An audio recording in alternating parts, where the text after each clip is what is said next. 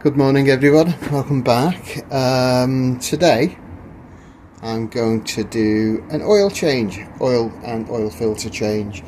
So I've just been gathering my stuff, got some 10W40 mineral oil.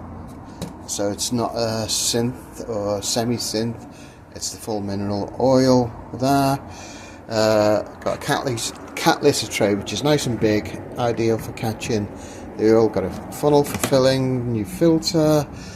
And because it's a dry sump model of CB750, I've seen lots of people do this online and they always make a mess because obviously you've got to drain the oil tank first and the what's the name. So I've actually constructed something out of a milk bottle, plastic milk bottle, and I've put a wedge in there. The reason being is I think I'll be able to get it in there quite nicely, secure it with some cable ties, and it'll come out, drain straight into the tube, into the tray, without any mess, hopefully.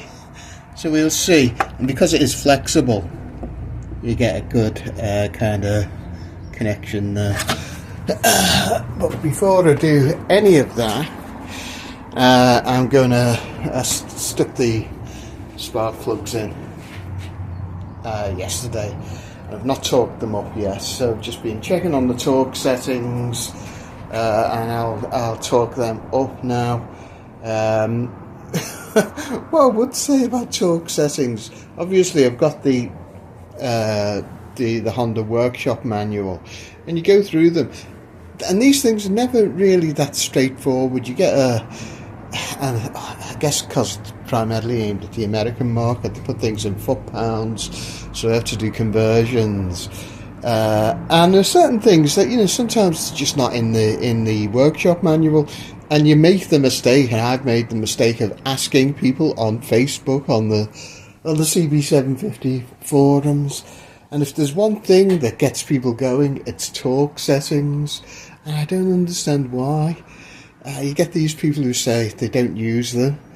They just sort of do it to their own, sort of how they feel it.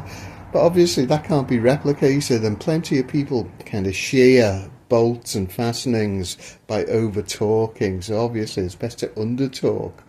So that's why you have torque settings, because at least it gives a standardization across them. And I tend to go for the lower of the torque settings anyway. But yeah, so I've got some torque setups, so I'm not going to say what they are now because it always kind of opens a can of worms, but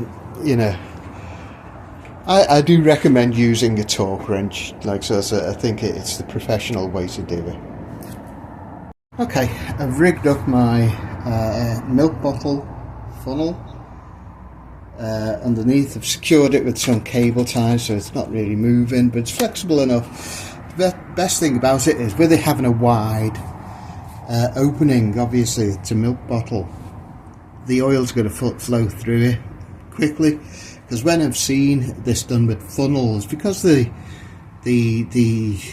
opening is so narrow, the oil just backs up really quickly and starts spilling over. It goes over the exhaust and everything. So I've got a cat litter tray underneath there, so let's see if I can do it without any mess. Okay, I've just slackened off the drain bolt. See if I can do this. Let's see what happens. I've also undone the top there to aid in venting. So take this off. Let's see how we go.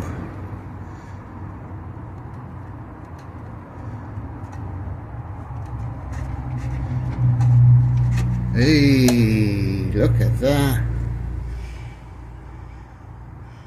Straight in there, no mess whatsoever. Okay, now I've drained the oil tank and actually can move on to the sump. So I'm just going to spray some kind of cleaner on there just to clean the sump plug before I remove it. It just gets rid of kind of any gunk and grit around the outside. Give it a wipe over before I undo it, so it's nice and clean when I come to refit it.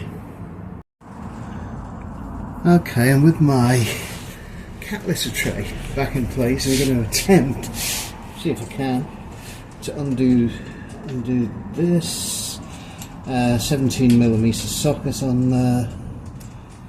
Let me see. God, this is the taste.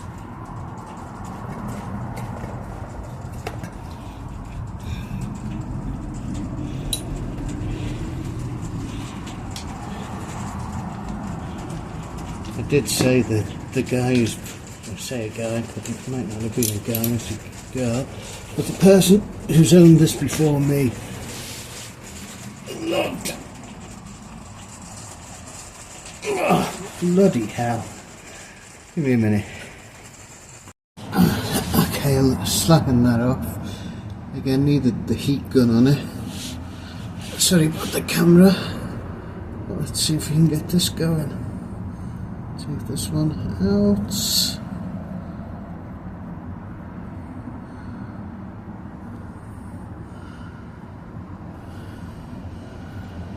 There we go.